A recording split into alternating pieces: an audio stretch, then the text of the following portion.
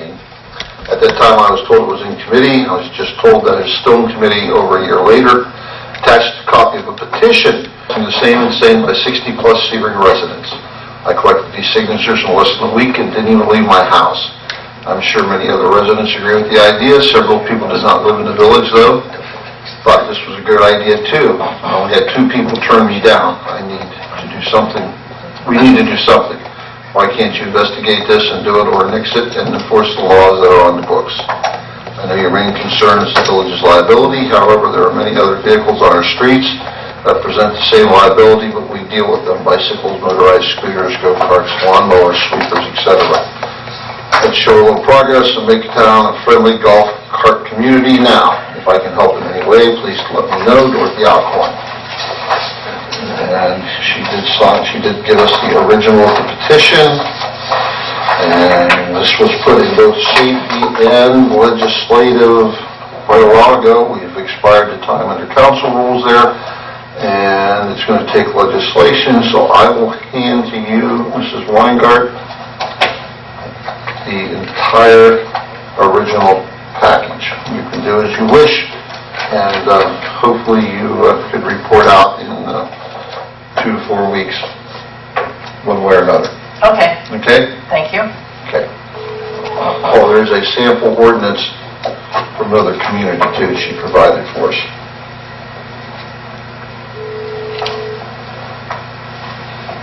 Oh, I gave that to Rick. Okay. You have that one then? I already have it, yeah. Okay. All right, any other petitions to be presented? Hearing none, we'll go to council committees and council representatives. Finance, Councilman Hart. Yes, Mayor, members of council. Finance committee did meet. It was at the first of the month, August 6th, actually. All members present, including Mayor Pinkerton, Rick Giroux, Jan Weingart, Joe Agro, Bill Singer.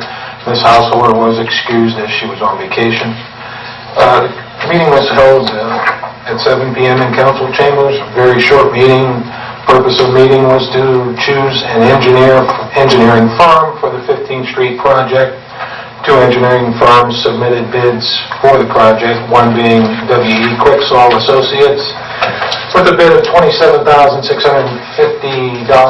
and Thomas Folk with a bid of $35,000. The committee recommended W.E. Quicksall and asked manager Giroux to draw up an ordinance for council to pass.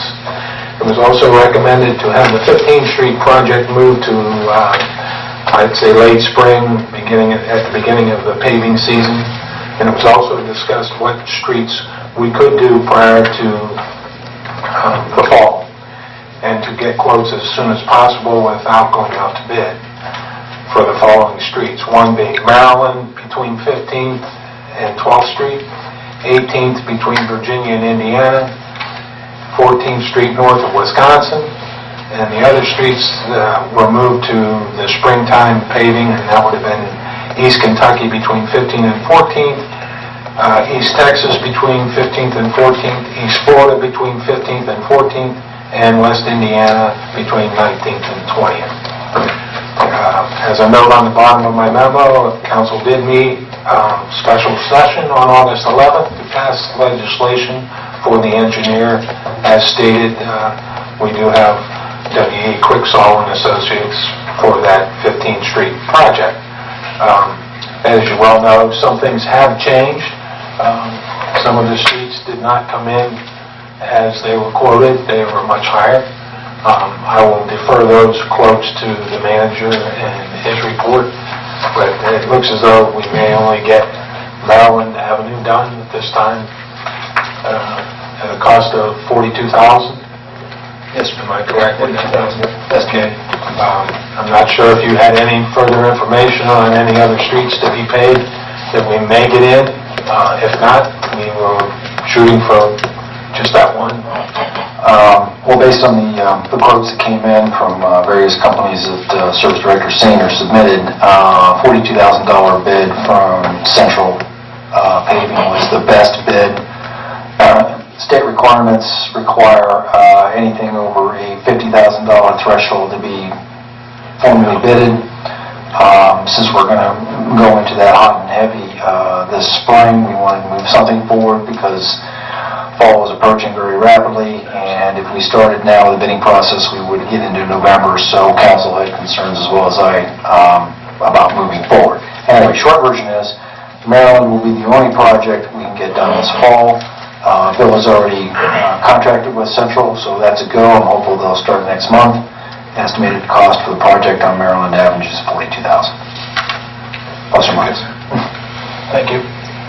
Mayor, with that being said, I would like to make a motion to pay the bills dated from August 9th through August 22nd, totaling $139,351.88. Second. A motion by Harp, seconded by Wright, to pay the bills when funds become available. Questions or comments? Mayor, under questions and comments, I'd like to highlight some of the outstanding payments being paid out in this billing cycle, and they are as follows. Michael White, LLC for the HVAC system, we paid $13,900. AT&T for our phones, $3,656.12. Anthem Blue Cross Blue Shield for our health insurance, $13,282.26. CTI Engineering for the wastewater treatment phosphorus removal project, $23,961.03. We also have one here from Bain Enterprise. It looks like it was for a hydraulic jackhammer, and that was for $2,347.08.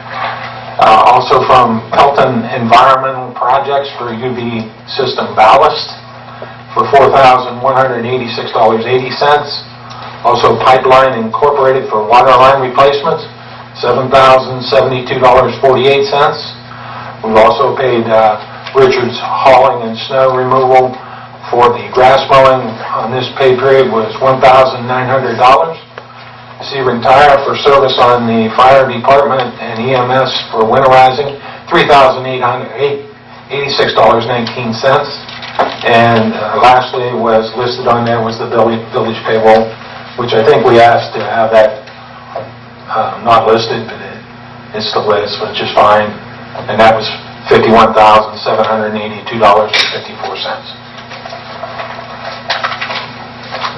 Questions or comments? I'm sorry, what? Any other questions or I comments? do have a question. Yes, ma'am. CTI, Yes, ma'am. I thought we were going to correct that. It's being taken out of the water treatment plant instead of the wastewater. It's being taken out of the carbon filtration. Yeah, that's going to be correct. I also need to, well, I'm in the process, paperwork's on my desk, it'll go out this week, is the reimbursement request for the phosphorus engineering, so I'm going to correct both items at the same time. You'll take care of this? Council will have to do... Go back and make sure this is Correct. What will probably have to happen is if it was done, if the funds were mixed, I may need legislation approval from council to unmix it and then reset that right. So we'll probably see that next meeting. And I think we go back out of winter or summer session back to regular schedule, so mid-September. Okay. And late fees? Why are we paying late fees on this gas card? $114? I'll check into that. I'm not sure. Technically, we shouldn't. As a public entity, we shouldn't be paying late fees. Seems like any of our cards lately, I don't know if they're just not getting the payments there in time or what's happening. Is that, have you noticed that's a trend? Because I haven't seen it, or I think part of the issue may have been late because you got to keep in mind our payroll clerk transition, so there was a passing of the baton, so some things might have went over the limit on time. I agree, we should not be paying late fees. No, we should not be. Okay, that's all I have. Any other questions or comments? Clerk call the roll. Idro. Aye. Householder. Aye. Flowers. Aye. Weingart. Aye. Wright. Aye. Hart. Aye. Motion carries. Anything else, Mr. Hart? No, Mayor. Safety, Mr. Flowers. No report, Mr. Mayor. Business redevelopment and annexation, Ms. Householder. No meeting, Mayor. Capital improvement, Mr. Wright. No meeting, sir. Service maintenance, Mr. Igro. No meeting, Mayor. Legislation, Ms. Weingart. No meeting. Mr. Wright. Parks did meet on the 14th. I was on vacation that week, but I do know that the manager attended that meeting based on the violation letter we received from Youngstown Department of Health. So I would turn that over to the manager if he would like to elaborate on anything. One thing I can comment on is the pool closed on Saturday, so we're done with the pool season. Correct. Pool season is over. We did look into it. I had discussions with Bill and Tracy regarding the pool ops. The Virginia Baker Act regarding the grade that we had on a large pool turned out that we were indeed in compliance. It had a 6-year compliance rate or life expectancy for that particular grade. We were still within that compliance time. I think what was the issue? There was a recall on it, but it had nothing to do with a safety issue. Flow rate. Flow rate. It had an inadequate flow rate, but that we were not at risk liability-wise for any liability for not being in compliance for the Virginia Graham-Baker Act. So we were in compliance for that. And then we made adjustments regarding the disinfecting issue, which was the only other issue keeping us temporarily closed. That was adjusted. And so we met the requirements to maintain the pool open until the end of the season, which has already occurred. And all the other issues that were brought to bear by the health department will be addressed long-term prior to the pool opening next season. So we're good to go. It's amazing that there were so many violations here. All this list in the pool, the water is wonderful. I was stunned. Well, there's a couple things. One, the health department did a pretty exhaustive overview and review and assessment of our pool system. Some of our pool, the way it's designed is a little bit antiquated. One of the issues is we have a kiddie pool which does not get enough circulation because it's independent. Because it's so shallow, it doesn't have an opportunity to cycle enough chlorine, which makes it out of compliance. I think the health inspector said something like 1 part per million you needed minimum. Our pool range, because UV light, sunlight is very hard on chlorine, it evaporates, it changes chemical composition. We're kind of in that half a part per million. The other thing that was a problem was the flow rate. Excuse me, I think we were in 250 gallons per minute instead of the 302 minimum or something like that. And anyway, the moral of the story is they'll tweak the pumps and got us up to compliance. But we are going to have to talk to the park board. I think I would encourage council members maybe discussing it with the park board at the next meeting or the liaison, Councilman Wright, to kind of really assess where our pool is and make longer term adjustments, just to make sure that we're in compliance and it's a good, healthy environment for our residents. Good. Mr. Wright. I do also know Mr. Abrick went to the school board meeting this month and discussed with them about their appointment to the park board. So I would hopefully expect for them to make that appointment next month. Don't have any idea if they have anybody in mind, but we did have one resignation off of the park board at the beginning of last month. Correct.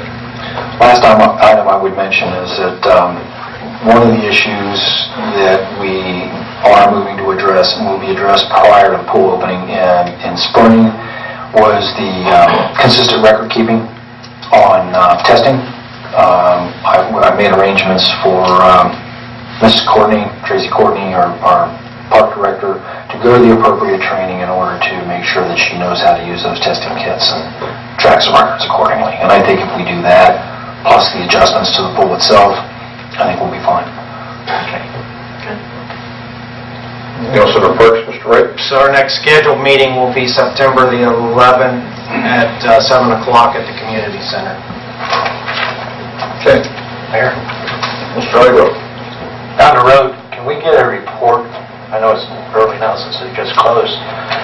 Income and expenditures of this pool. Yes, I know she has all of that stuff. Joe just kind of piled up in a folder. She's waiting for me to, I'm going to work with her on putting together an Excel spreadsheet. She's not really Excel oriented, so I told her I would work with her after the pool closed. Let's just get through the year and But we will work on that next month and try to have that by the end of next month for council to take a look at. Speaking of reports, I had both Mabel and Judy trained. We had 2 days of the SSI representative in here to make sure that they knew the system, got trained a little. Well, for Mabel, it was kind of a refresher course, but Judy, it was definitely a walkthrough. So any reports that the council has not been getting, the monthly reports, you will start getting those now that training is complete. So mostly because I need these reports as well. Did you say 7 o'clock on the 11th? 7 o'clock on the 11th, yes. All the flags for the trees and also those.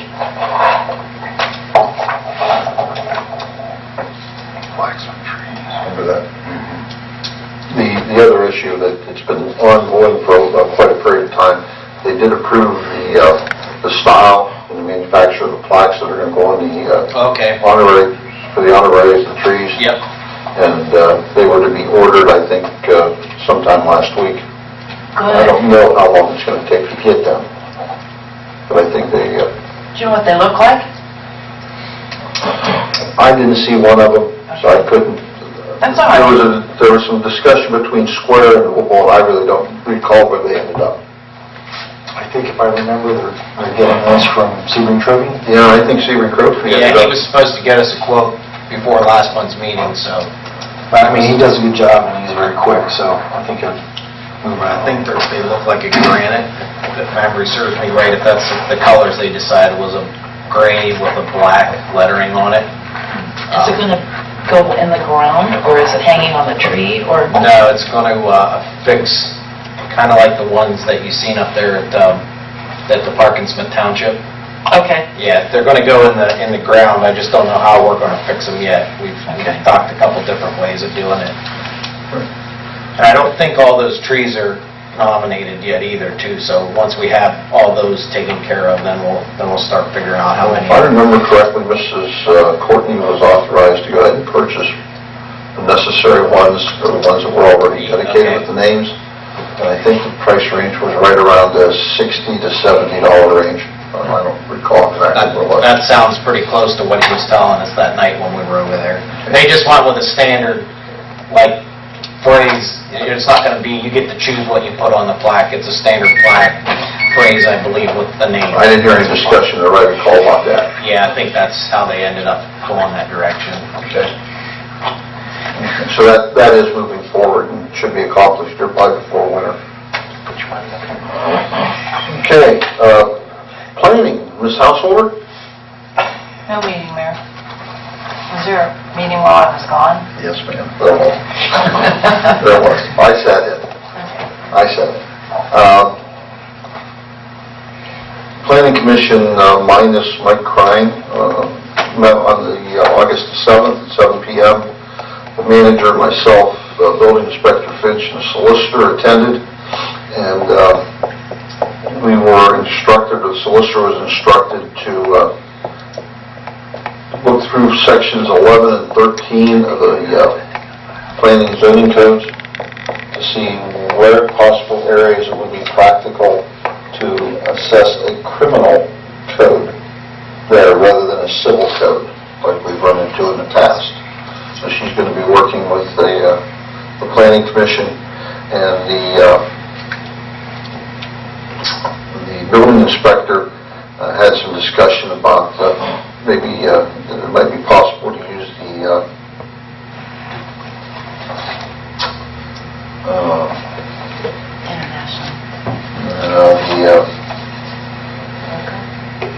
Boca code, it's not the building code, it's the property management code, excuse me, I don't get it out yet.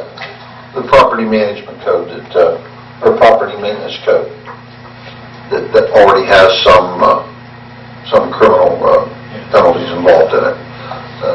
Get some things cleaned up. But right now, it's in the works. It's being reviewed. To give you a timeline on finishing that, Mayor? You're supposed to have something ready for the next But in Rick September? and I were going to get together on it, and I know you were in the middle of stuff. I think what we told you, planning and zoning was... There's a lot more in the middle, there's a lot more than just the middle of it, but what, I mean, But we I have a think what we meeting. told him was 45 to 60 days, and we have to meet on this other thing anyway, so... Okay. Well, yeah. Were you involved in the utility regulations adjustments or no? I still have enough to do for council. Okay. Okay. That's all that I can recall under the Liquid Planning Committee meeting that night. How about civil service, Ms. Weingart? Yes, 2 meetings to report. The first one was Monday, August 11th, from 6 to 7:10, and all commission members were there, plus Chief Heverly. Jennifer Rieger was there as secretary, Chief Heverly, and Ken Flowers and myself. And we met at the high school science lab and reviewed testing procedures and determined each commission member's responsibility for the exam to be on Thursday. And at Thursday's meeting, which was Thursday, August 14th, started at 5:15. I don't have the end time, but it was after 9 when we finished. And all commission members were there, Todd Sage, Joanne Jones, Bob Slazer, and Jennifer Rieger, and myself. Jennifer organized the paperwork, the test supplies, the room setup, and left the testing to the commission. There were 12 candidates. Each candidate sat at a table alone. Todd explained the rules and the time restrictions in detail. The reading portion began at 6:12, lasting 25 minutes, followed by 1 hour and 45 minutes to answer 100 questions, consisting of reasoning, problem solving, interpretation, and following directions. A passing score is at least 70%. As you know, 5 passed. This commission was well prepared and efficient. They provided a totally fair atmosphere, and I commend their taking time and the dedication to do so. That's it. Very good. Any questions or comments? Civil service? Thank you, Ms. Weingart. Retention committee is, and memorial committee is both neither committee has met, although the retention committee will be meeting here very shortly. We have one item yet to review, Ms. Solicitor. You're typically in the building on Thursday, is that correct? Usually, before I go up there at 11. So if we would call retention committee for about 10 o'clock, you would be in your wheel of timetable for the day? Probably better go with 9. I don't know how long you're going to do. I'm going to have actually a lot of time on my hands in about a week or so. Okay. Okay. We will do that then. We'll get because that retention, I think that we got one more group of papers to review the index on and decide whether we did anything. And I think a lot of it was financial records and water bills and all that kind of stuff. And I think we need to talk about how we're going to dispose of them, and a recommendation to council on how we're going to dispose of them. Okay. I still think it's a good public relations thing to hire a company come into town and then let the, people in town, if they have stuff to get rid of. Shredder. Yeah, if you're going to shred. I believe there's a lot of old income tax records and a lot of old police records, which means that we're going to have to make sure that they're properly shredded and disposed of. Correct, Chief? Correct. So we probably ask for an on-site shred. Yeah, other communities have done that. They bring the commercial shredders and they bring them in here and make the service available to the people in the community also.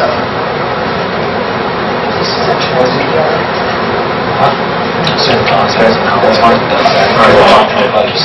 We will, I'll check with the other member is Bill Melzer, is a citizens representative. I'll talk with him and we'll see if we can get something set up right after Labor Day. Okay? Freeze it better. All right. I think we're to manager's report. Mr. Manager, you're up. Thank you, Mr. Mayor. I have somewhat of a lengthy report, about 26 items, so I'll just try to keep it as brief as possible and hit the highlights. Excuse me. Earlier, I received official confirmation that our engineering loan supplement from OPWC was indeed approved for the wastewater treatment plant phosphorus project. The first reimbursement packet is on my desk as we speak. Hopefully we'll get it out this week. So the $220,000 plus negative line item should be dispensed with when we put the money back in. The balance of that $374,000 will be earmarked for the direct pay to the engineer for the balance of the project. A little bit of a supplement from the councilwoman's report on the Civil Service Commission. The passing scores for the 5 applicants that did pass was between 92 and 71%. Chief Everly and I conducted patrol officer interviews of the top candidates from that new eligibility list. As a result, I have appointed Darren Everling of Beloit and Rachel Russell of Alliance as part-time patrol officers for the department effective on Friday. I still need to make a formal request to the mayor for swearing in at a later date. I also appointed Taylor White of Alliance as a reserve patrol officer in a volunteer capacity. All candidates have met the basic requirements, including law enforcement certification. However, only Officer Russell, who's an officer with Smith Township at this time, has sufficient experience to assume duties immediately. The other officers or appointees will need some few months of training with their training officer before they can go on independent patrol. It should be noted that of the candidates, Mr. Emberling looked very promising as our appointment to a full-time officer to replace Officer Paxton's vacancy as soon as possible. And the chief and I are anticipating probably some more attrition over time, so I'm not quite sure of that, but I did want to give council a heads up. Just kind of a follow-up status on 2 fire-damaged properties that council was aware of from earlier. The arson investigation has been completed on the Maryland Avenue property. I think that's from Chief Kimmels' report. There were no findings in that regard. The owner has received a 60-day notification to either renovate or demolish the house. And my office is in receipt of an $8,000 check from the insurance company for demolition escrow in the event of non-action by the owner. The owner of the fire-damaged property on Pennsylvania Avenue has decided to demolish the structure and has submitted written authorization to the village to proceed with the demolition as soon as possible using the insurance funds, which I am holding in escrow, in the sum of about $9,774. So the estimates that I got for demolition on each property was about $8,000, and I will proceed with the Pennsylvania Avenue property as soon as possible. I'll probably coordinate that with the Oregon property, and I'll report later on how that's progressing. That's the last land bank project. My office received written permission and a request from the Sebring High School Booster Club to assist with rehab of the Trojan Head sign located on 15th and State Route 62. However, in order for my office to offer any assistance using city resources, I need council's permission to assist with that project. I guess just a show of assistance. All we're doing, what they've asked us to do, is to use our equipment, take the head down, transport it to their location, and then I guess the boosters are going to renovate the sign. No. They want to take them down over to the art department at the high school, and the high school is going to redo it, and then call Bill and have them put back. Right. And from what I understand, they're using marine paint or something, so it has a good life expectancy on that. Yeah, the kids are going to do it. So I'm looking forward to seeing that sign, especially since it's in such a prominent spot. I mean, next to one of our main entrances. It needs refreshing, yeah. So anyway, I am looking for council's nod. I don't see it's a huge issue, but I did want to get permission to do that. So I met with Mr. Thomas Presby of the Regional Chamber of Commerce, just kind of a how's things going session, and we discussed possibilities to encourage and pursue new business investment strategies for Sebring. And Mr. Presby indicated that he would have outlets however we could. One thing I did want to mention, I am in error about the last wave of water treatment plant violation letters that have been issued. As everybody knows, you get the trihalmethanes and the haloacetic acid, notary notices. And I had thought the last wave that went out was the end of them. But however, based on the way the EPA calculates the minimum averages for acceptability for contamination, the averages have not caught up yet with the new carbon filter system, so this should be the last set that you will see. The water, technically the water with the trihalmethanes and the haloacetic acid, that issue has been resolved. However, the actual statistics have not caught up with the fact that it's already out of the water, so didn't want to let you know that in case you said, well, Rick said that was the last of them, now there's another set. As a side note, we've done some preliminary calculations, probably run about $80,000 annually on carbon replacement, but I won't really know on that estimate until we do the first purge on exactly how much that's going to cost. I am going to be factoring that in with the 2015 budget when I'm going to start next month. Yes, sir? Do they know how long this carbon's going to last? That's the big question. We're not going to really know until we get to the point where the best way to find out whether the carbon's doing its job or not and how long it does its job is the amount of trihalmethanes and haloacetic acid is in the water samples. Now, if we see that starting to go up into the range of unacceptability again, then we know the carbon is starting to get to the point where it's saturated and needs to be replaced. It'll go down during the fall season. Yes. It gets colder. That's true, but we're estimating it costs about $20,000 of carbon to replace each of the unit or the canisters that are at the plant. It's about $20,000 a pop. You replace them or you rotate them in two at a time. So we're really not going to know until we have a year or two under our belt on how often that's going to be replaced. Once we have an understanding of that, we may be able to do some adjustments on how we filter the water so that we're meeting our obligation to EPA, but maybe not so much to the point that we can stretch the life of the carbon, which will make it a little bit more palatable. Frankly, in my opinion, I don't think we're going to get away with less than $50,000 a year from that. And that's something that's going to be a new expense because this is the first time it's going to be up and running. I was out there last week and looked at them, and they are big if anybody wants to go out. Yeah, it's impressive. They are huge. Scary. Scary. The only scary part is the lights that they put in there. They're already burning ballast out. Yeah. And they got to have a pretty good-sized ladder to reach those lights. They're high. Well, They're at least 25 feet up anyhow. Well, there's, I don't know how often they need maintenance. I don't know what the life expectancy of those are. But I think if I remember when they put the plan together, they did put in the really extended light bulbs that might last 10 years. So hopefully it won't be an issue. And True. I could still be here in 10 years. Can we get the ladder truck in there? Probably could run it. It's a big house. Probably have to use a man lift. Yeah, definitely. I'll tell you in 10 years when I'm still here. But I'm very pleased the way the project came out, and preliminary indications are saying that it's doing what it's supposed to be doing. So I would encourage any council members that have not been out there to see it yet to go take a look. Okay. Councilman Harp has already kind of gone over in his report regarding the paving apps. As I mentioned before, the only project we're going to be doing is Maryland Avenue at 42K. So I'm anxious to see. Bill, did Central give you an idea of roughly when they were going to start? When I talked to them, they believed within the month that, so probably mid-next month.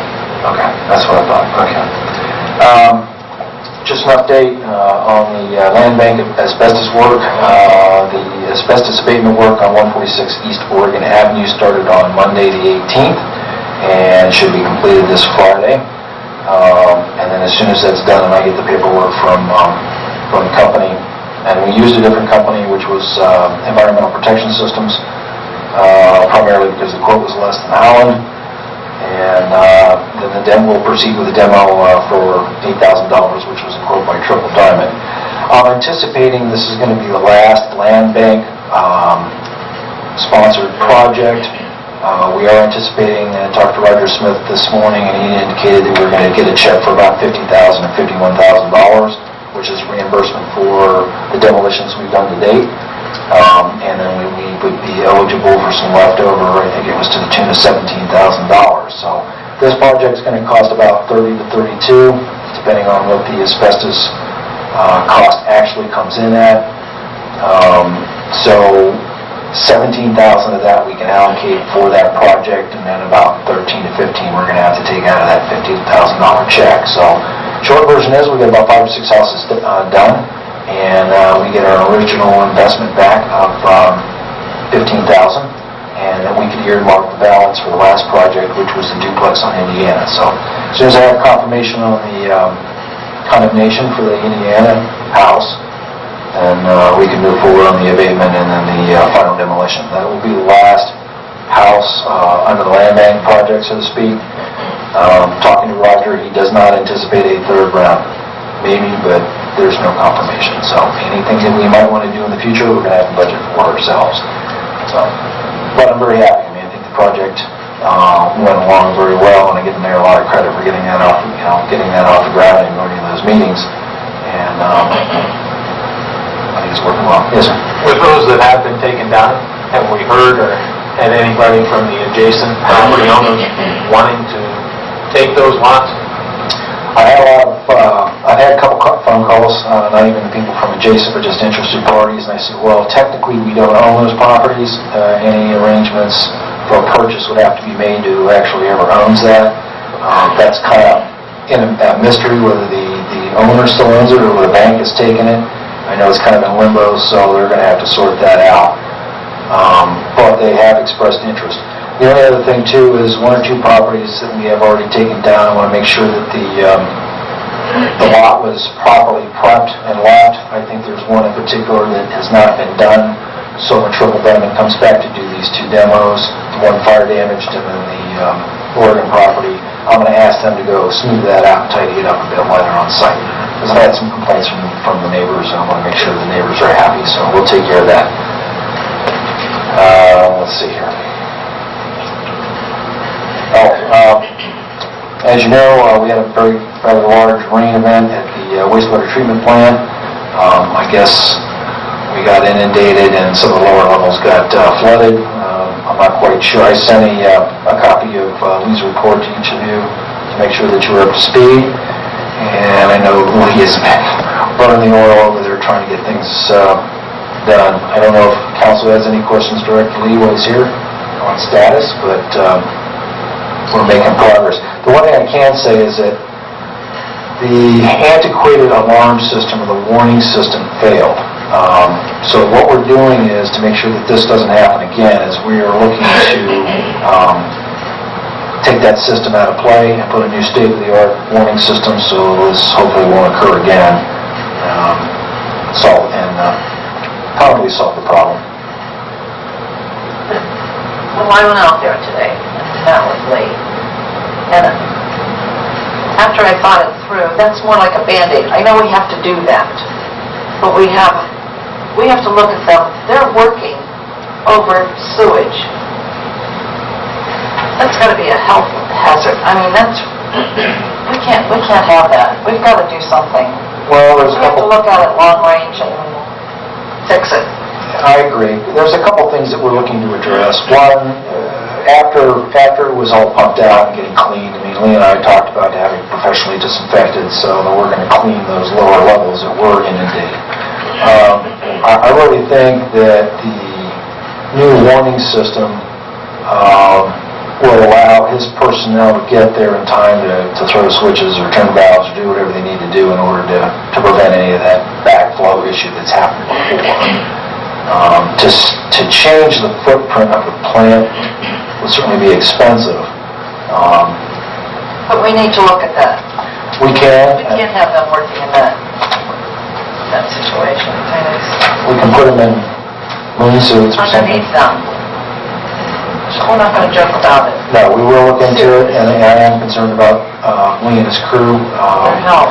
Lee, let me ask you something. I mean, what the main issue for the plant being flooded? It was a matter of your personnel not getting out there because they weren't warned in time to do that, or? Yeah, the old bubbler system, which is your pump controls, had failed. It has different levels to kick different pumps on. It froze at a level that would normally be telling us everything's okay.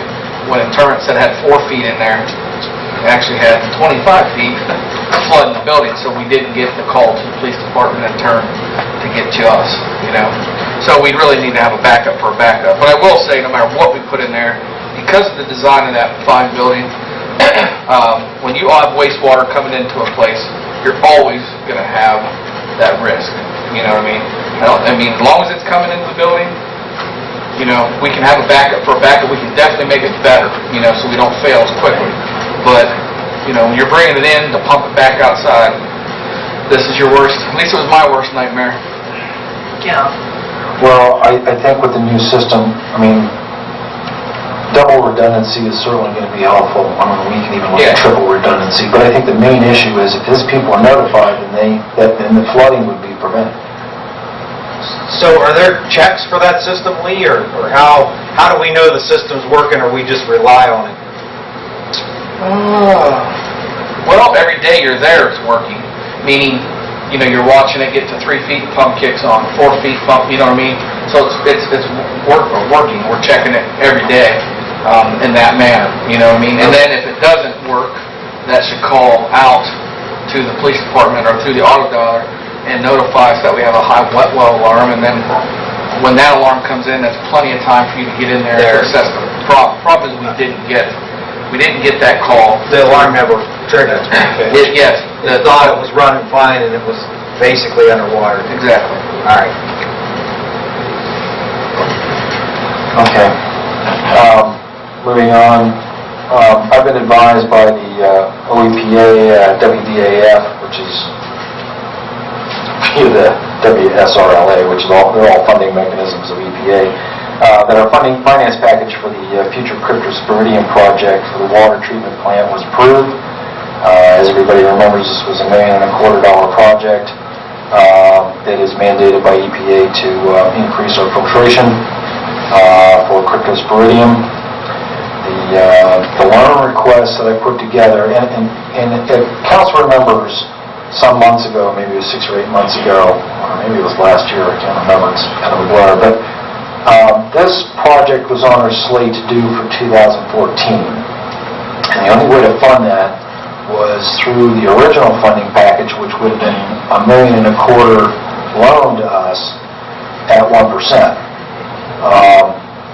And I asked council, on which you graciously approved, if we could just stiff arm that for an additional year.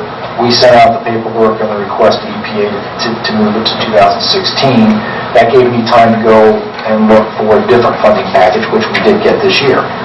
Anyway, the short version of that is, with this particular package, it is at 0% interest, and we have $500,000 of that $1.25 million, which is loan forgiveness.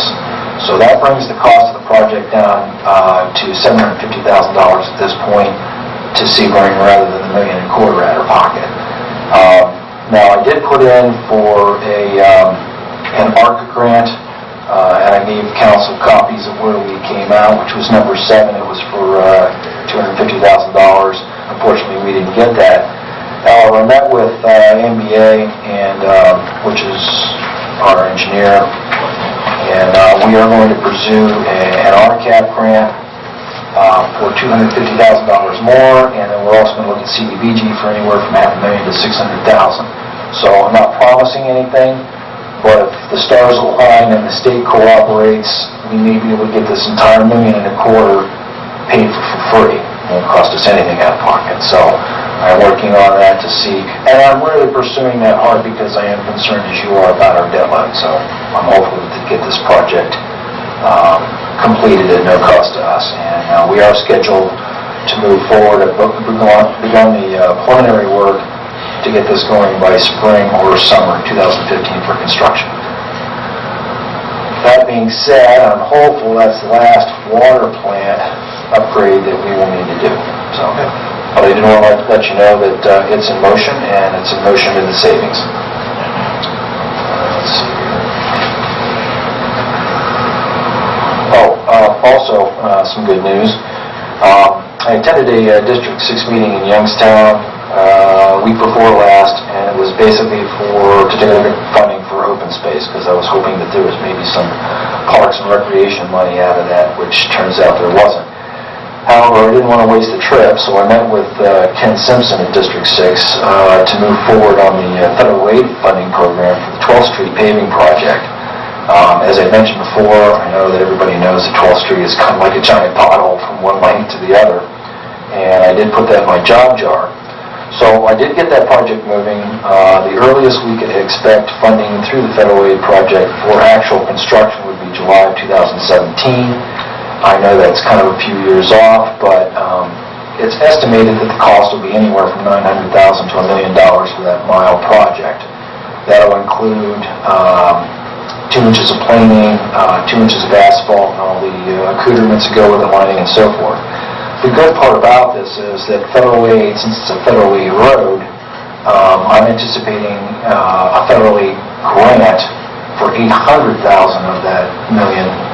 And then it appears that we get a lot of points if we have a federal backing through District 6 money.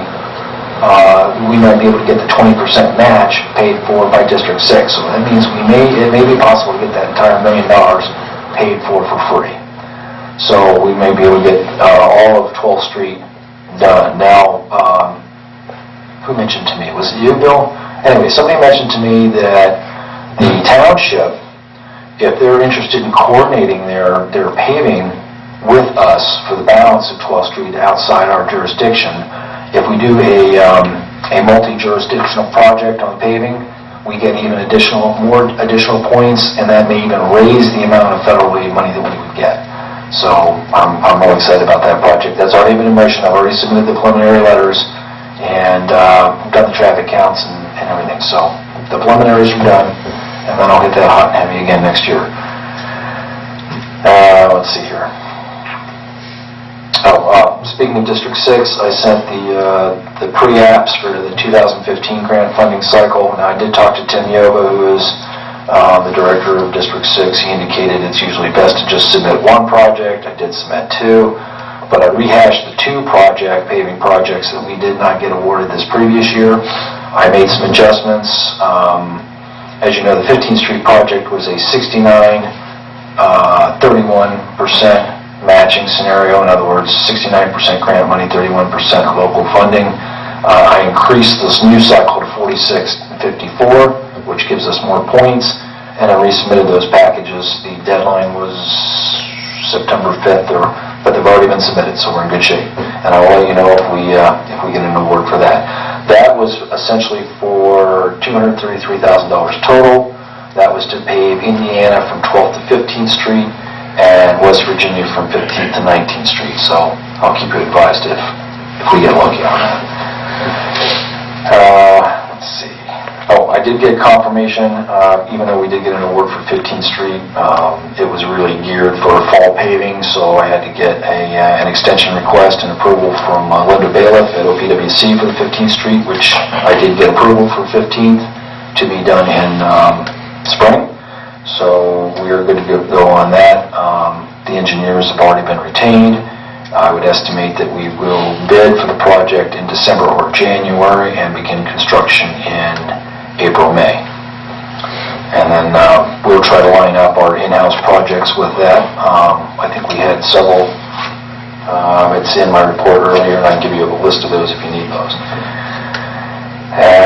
As an FYI, we'll be attending 2 conferences in October. One will be in Athens, Ohio for the 2 days of mandatory state audit required coursework for finance officers. So I will be there, which will be nice because it's my alma mater. I'll get to walk the old campus.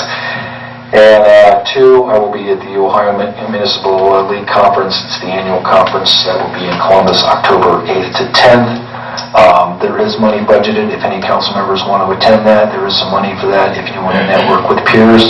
There's some excellent seminars at that particular conference, and I would encourage any council member that has the time to at least go maybe 1 or 2 days. We got a real estate advance.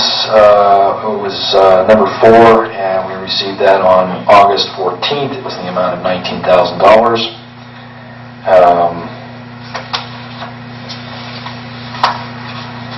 I received a call from Jim Johnson, the Director of Planning and Development from MyCap of Youngstown.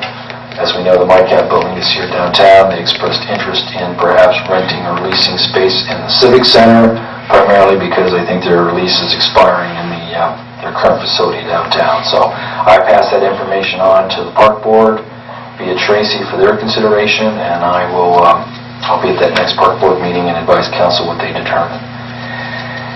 And let's see. Oh, yeah, this is an important one. Kind of express my outrage to ODOT and the contractors themselves. We received the bid results by county for ODOT's second attempt on obtaining winter salt in quantities for the 25 county area. And short version is that the new bids came in, price range from $102.70 to $164.69 per ton of salt.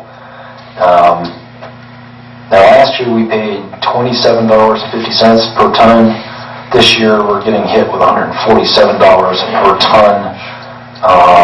The short version is you're looking at $44,100 for 300-ton contract, which is usually what we get. We have 150 tons in reserve right now. I mean, that's a 5.5-fold increase. Now, it's just not this area, but I'm hearing there's problems in multi-state regions. I suggested that to the acquisition guy at ODOT. Maybe he should send a bid to China because they seem to supply everything else. Maybe we'll get it cheaper there. But there's a lot of very unhappy administrators and council members. I mean, that's an outrageous price. And we did look elsewhere. Our deadline was Friday, and we had to take it because we had no other source. So, Mr. Eichelman has a question. sir. Is there any type of substitute that you can use besides salt for the roads? Yes, sir. We looked into a couple things, and I'll let Bill answer some of that too. Obviously, there's grit and there's ash, and you can use brine. There are alternatives.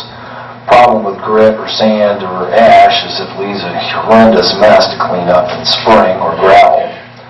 And it also has a tendency to get into your stormwater systems and clog things up. But I think, in my opinion, that if salt prices continue to be super excessive like this, that we may need to look at alternative systems, brine systems or something like that. The state uses quite a lot of that brine, the liquid, to get rid of the ice and snow.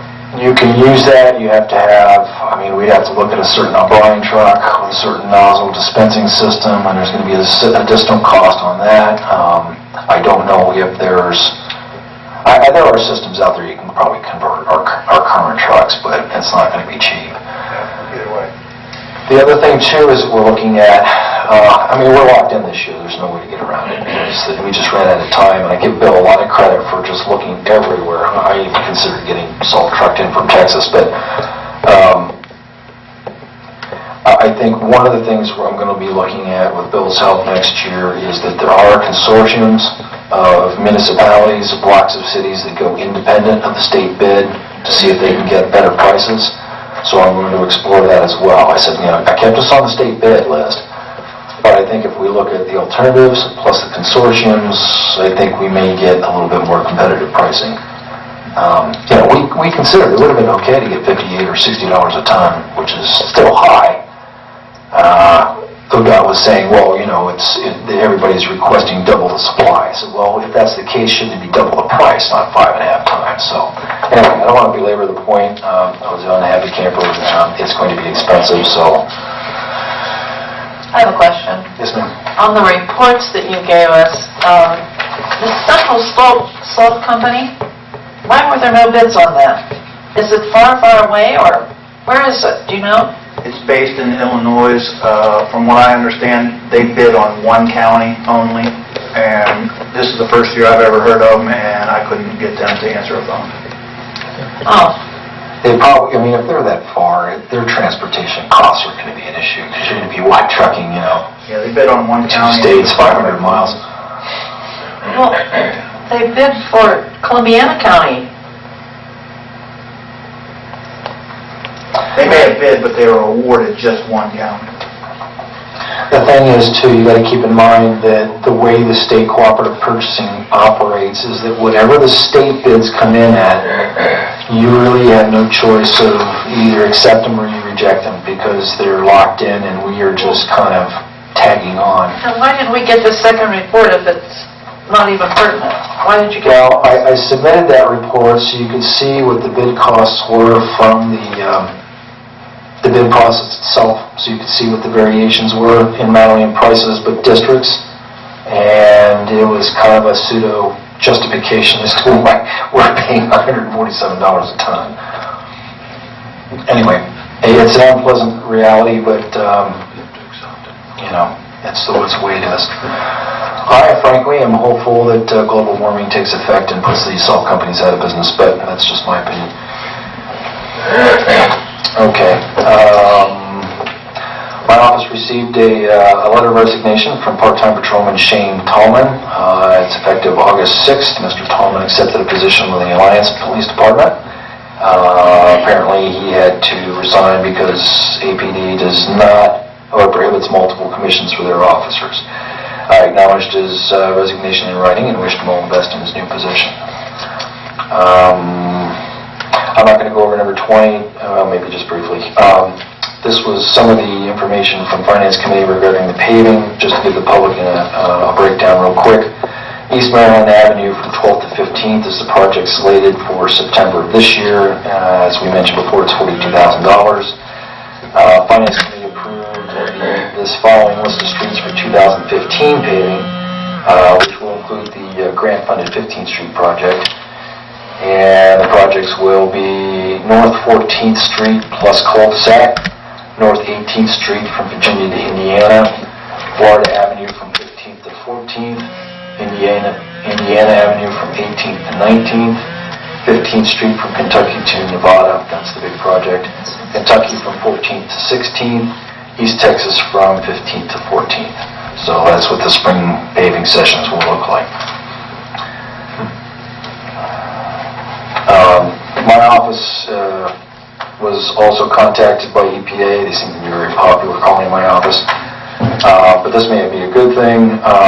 The EPA and the Mahoning-Trumbull Air Pollution Control Agency regarding the enforcement action against the owners of the former Royal China property for various brownfield violations. After several discussions, it's my understanding that both agencies will be moving forward aggressively to take all actions necessary to resolve that particular brownfield site issue. I provided the agencies with as much information as I had on file, and I also expressed Sebring's concerns with the problem and the slow enforcement from the state, but I was encouraged with the fact that they are aware of it and apparently did not fall through the cracks. So I'll keep council advised on how that particular project unfolds. As you know, the HVAC contract was approved for White Mechanical. The work started on August 11th. It is in progress. I'm hopeful it's a little quieter in here, and hopefully they'll have that wrapped up in another week. There's some extra duct work they need to still do. Due to the project workload, or my project workload at the moment, I just wanted to assure and advise council that I have not forgotten and not had a chance to review the utility rules and regulations policy book yet. However, I'm hopeful I can get that done in September, and I would contact the chairman of that committee in September when I'm ready to go. So it is on my slate to review first or second week in November or September, right around the time we're going to start the budgeting cycle. Just briefly, we received a check for $5,679.20 from Champion Energy of Texas. I have no idea why they sent us a check, but apparently it was an old energy account that we had overpaid in 2013, and they sent us a balance that they had in escrow. So I put that in the unappropriated general fund account. And And I also have been in contact with EPA. One of my final issues regarding the water distribution mandates that we need to do on the water lines. I had to give council an earlier report on which projects or which particular roads and areas would be done. I can say, and I also give both Sainer a lot of credit, is that if we do the work in-house, I would estimate that the work would be about $380,000 for the entire project, versus the original engineering estimate, which was almost about $1,900,000. So it's an enormous savings. This is going to be a project that's going to be done in phases over a period of 5 years. I am going to give EPA the schedule, but I'm going to do it in such a way that it involves our ability to control our own timeline, with the understanding that we are mitigating the circumstances and we're not going to be held specifically to it. It's just an estimation, and that should keep EPA happy on that particular issue. I hope. So anyway, based on doing it in-house versus doing it by engineer's estimate, we're looking at $1.5 million savings, which is significant. Now, I can say that you may see a request come from me and Bill to hire additional part-timers to make that happen on a temporary basis in order to make that savings a reality. So if you see an increase temporarily for that extra crew, that's why that's happening. And last but not least, I have been meeting with our website consultant, and I'll hopefully be able to see the homepage by next week. My apologies for such a lengthy report. We are on a monthly cycle. Mr. Mayor, that concludes my report. Questions for the manager? I have a question. Yes, ma'am. On item 3, the demolition for both properties would be $8,000? That's per property. Oh. That's $8,000 each. Okay. Yes, ma'am. I can't say. The one property in Pennsylvania will probably move at the same time we do the Oregon land bank property, saves us mobilization. The other property is really absolutely up to the owner on Maryland Avenue at this point. Okay. Right? Once the website's done, we'll take down all the other websites that exist out there. There must be 3 or 4 of them, and each one of them has totally different information. Yes. I get confused sometimes when I'm looking for the numbers to call here. Well, the one Website I'm supposed to be The one website that we're using now that primarily shows a historical perspective, we're going to modify that a little bit and leave that as a link under Sebring history. And we'll keep that, but it will no longer be available as the primary page. But yeah, all the other sites need to come down. I want to have council members that have been gone for years. Yes, sir. Passed on. Yeah. Anything else for the manager? No, sir. Okay, report of village officials. Madam Clerk, do you have anything for council? No, sir. Madam Solicitor, do you have anything for council? No, sir. From the mayor's office, I should make you aware that this afternoon I met with the representative of InfoSource and Columbia Gas for about an hour and a half. We walked and reviewed part of Georgia Avenue, part of South 14th Street, and South 15th Street from their pipeline project and their restoration. Columbia Gas, both the senior member from Columbia Gas, who is a managing supervisor, as well as the senior member from InfoSource, who came from Maryland to review this project, both agree that the restoration work does not meet anybody's satisfaction. Some areas were not too bad, other areas were an absolute disaster. And they promised today that within 2 weeks they would be taking, we would see appropriate action to get it resolved and get it fixed properly.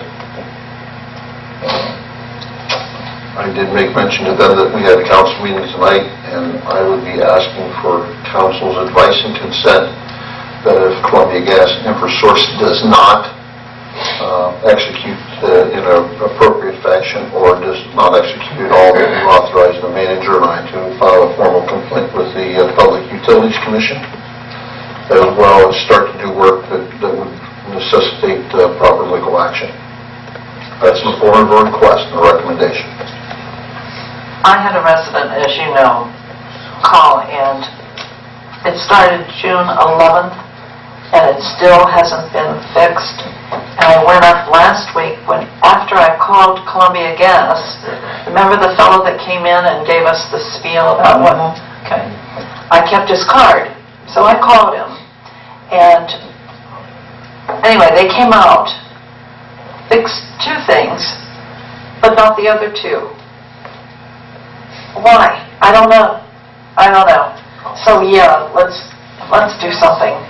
Well, we met today with people who We just had- absolutely had the authority. They told me they had the authority to move forward and do whatever was necessary to get this project completed properly. Mr. Wright, You did show them the planner up at the park? it's fixed. It is fixed? Yes. Okay. Wow, they got that one. Not right. Only took them 3 months. They didn't score it. They just put cement in. Oh, I didn't check. I did. No, the one on the north side, they fixed that. One on the south side, they cemented it, but didn't score it. No. I was just told it was repaired. I did not check. They're not bricklayers. Okay.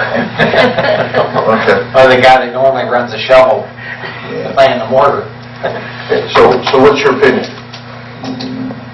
What do you want us to do?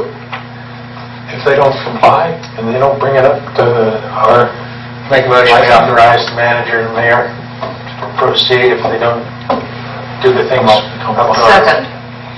We have a motion by Mr. Iger, second by Mrs. Weingart, authorizing the manager and the mayor to file any appropriate action with the Utilities Commission in regard to restoration of the south side gas line installation.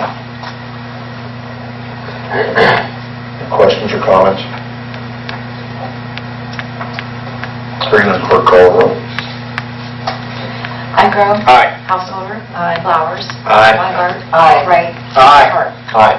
Motion carried. By the way, both companies were told today that that would be a recommendation for the next meeting. Columbia Gas wholeheartedly agree.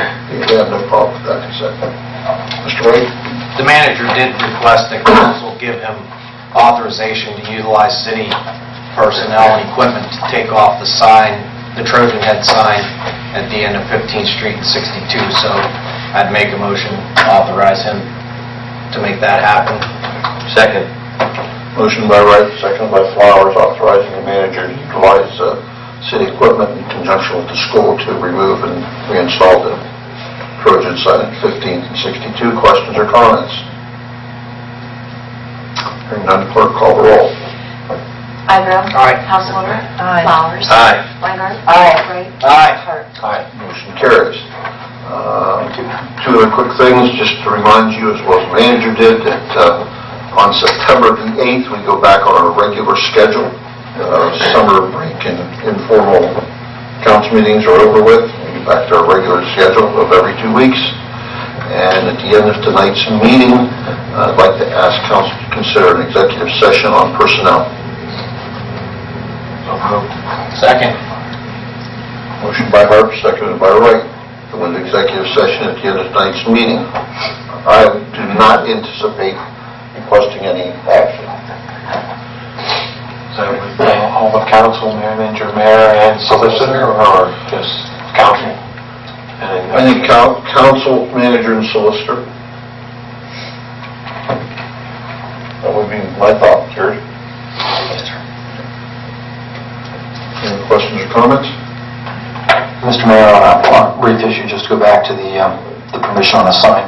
I just want to... I'll get a motion on the floor. Oh, apologies. Let's clerk call the roll. Igro. Aye. Householder. Aye. Flowers. Aye. Weingart. Aye. Wright. Aye. Hart. Aye. Very good, thank you. Okay, Mr. Mayor. Sorry, Mr. Mayor. Just briefly, just for clarification as to why that permission was garnered. Even though my office has a lot of latitude on how to deploy city resources, I don't have the authority to use city resources for private purposes without sanction of council, so that's why that was requested. Okay. That's it for a report of other officials. Then we move into ordinances and resolutions. Mr. Igo, thank you. I make a motion that we read ordinances 24-14 through 27-14 by title only. Second. Motion by Igo, seconded by Wright to read ordinance 2414 through 2714 by title only. Questions or comments? Hearing none, clerk call the roll. Isarella? Aye. Householder? Aye. Flowers? Aye. Weingart? Aye. Wright? Aye. Park? Aye. Motion carries. Okay, here we go. From Finance Committee, Councilman Hart. This is ordinance 2414. This is an ordinance authorizing and directing the municipal manager to enter into contract for the abatement of nuisances and demolition of certain property located in the municipality of Sebring and declaring an emergency. Council, having heard the ordinance read by title only with an emergency clause, what's your pleasure? Mayor, make a motion to adopt ordinance 24-14 as read by title only with the emergency clause. Second. Motion by Hart, seconded by Weingart, I think. Questions or comments? This is in the, just so everyone is aware, this is for the demolition of 146 East Oregon Avenue. Any other comments? Clerk call the roll. Isarella? Aye. Householder? Aye. Flowers? Aye. Weingart? Aye. Wright? Aye. Park? Aye. Motion carries. Ordinance is adopted as presented. This is ordinance 2514. This comes from Councilmember Hart and Finance Committee. This is an ordinance amending ordinance 46-12 for fiscal year 2012 budget to correct and reflect a transfer of funds instead of an advancement of funds and declaring an emergency. Council, having heard the ordinance read by title only with emergency clause, what's your pleasure? Mayor, I make a motion we adopt ordinance 25-14 with the emergency clause. Second.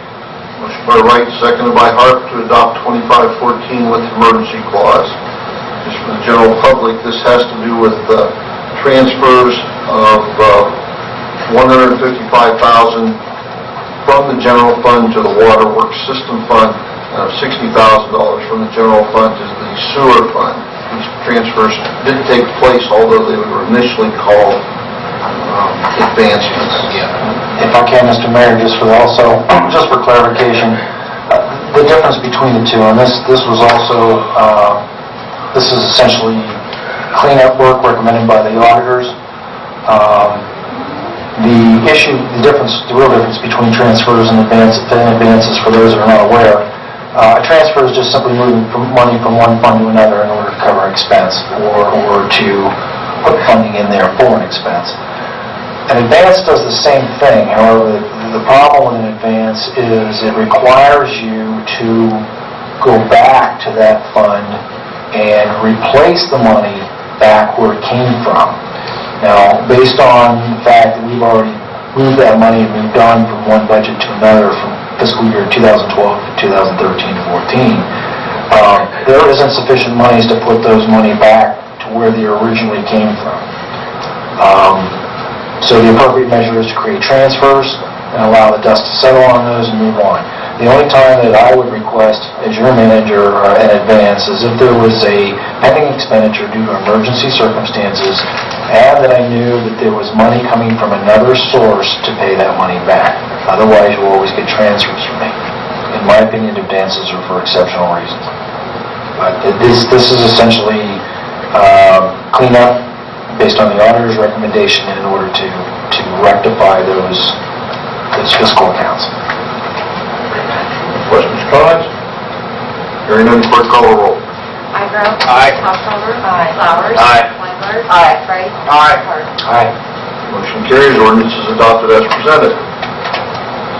This is an ordinance amending, this comes from Finance Committee, Councilmember Hart, and this is an ordinance amending ordinance 2713. Transfer funds instead of advance funds from the waterworks system fund to the water treatment plant carbon filters funds and declaring an emergency. Council, Did you skip one? Yeah, you skipped one. Did I skip one? Skipped over 2614. We can go ahead with that one. Yeah, we can go ahead with that one, but... I guess it was stuffed in the other paper, I'm sorry. Council, having heard Ordinance number 2714, read by title only with the emergency clause. What's your pleasure? Mayor, I make a motion to adopt the ordinance as read with the emergency clause. Second. Motion by Harp, seconded by Wright to adopt the ordinance as read with the emergency clause. Questions or comments? Just point out, this is the same thing as the other ordinances, that we're changing the word advance to transfer. It's a technical thing within our audits. The money has already been transferred. It's all been transferred, and this is just a cleanup, technical cleanup of books. Any other questions, Mr. Wright? It's $25,000 coming from Waterworks System Fund to Waterworks Treatment Plant Carbon Filter Fund. Very good. Any other questions or comments? Clerk, call the roll. Igo. Aye. Householder. Aye. Flowers. Aye. Wenger. Aye. Wright. Aye. Hart. Aye. Motion carried. Ordinance is adopted as presented. And this comes from Finance, Mr. Hart. This is ordinance 2614. This is an ordinance amending ordinance 3813 to transfer funds instead of advance funds from the general fund for the wastewater treatment plant phosphorus fund and declaring an emergency. Council, having heard the ordinance, read it by title only with the emergency clause. What's your pleasure? Mayor, I make a motion to adopt the ordinance as read with the emergency clause. Second.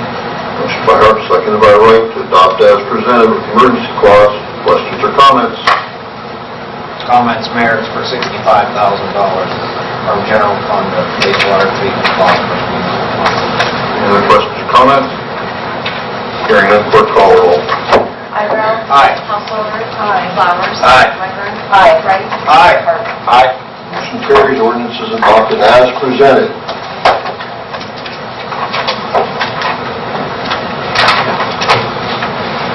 Citizens' comment. Second time call for citizens' comment. Any citizen wish to address council this evening? Hearing none, would be other business. Any other business to come before council this evening? Motion on the floor has already been taken care of to enter executive session on personnel matters with no anticipated business to take place afterwards.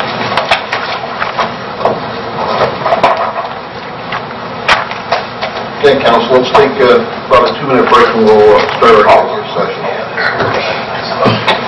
First, human research. Somebody has to make the joke. Yes. Hold on, what is it? Rick. I